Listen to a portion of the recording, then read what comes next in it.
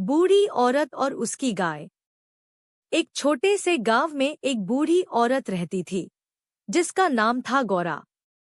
उसका परिवार कोई नहीं था, न बेटा, न बेटी, न पति।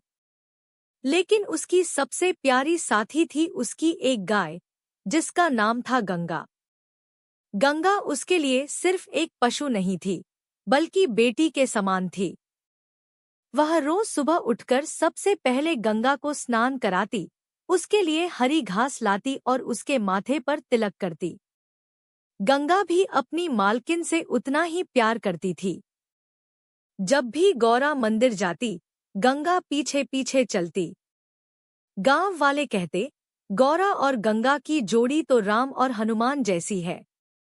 एक साल गांव में भीषण सूखा पड़ा। खेत सूख गए, कुएं खाली हो गए।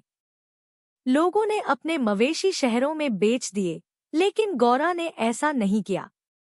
उसने खुद भूखे रहना मंजूर किया, लेकिन गंगा के लिए घास और पानी किसी तरह जुटाती रही।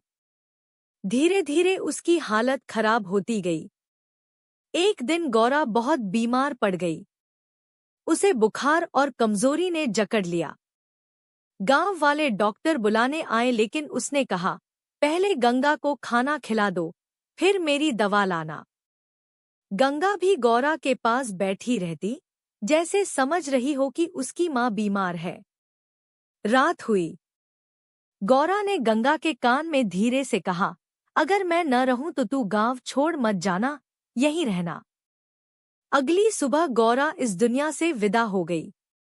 गांव के लोग बहुत दुखी हुए, लेकिन सबसे ज्यादा दुखी थी गंगा। उसने खाना पीना छोड़ दिया।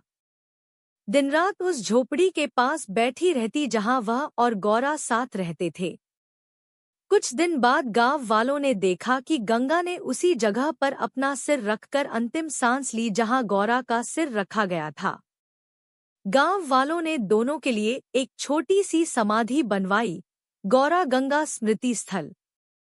आज भी जब कोई उस गांव से गुजरता है तो वहां रुककर हाथ जोड़ता है और कहता है, यहाँ सिर्फ औरत और गाय नहीं रहती थी, यहाँ सच्चा प्रेम रहता था।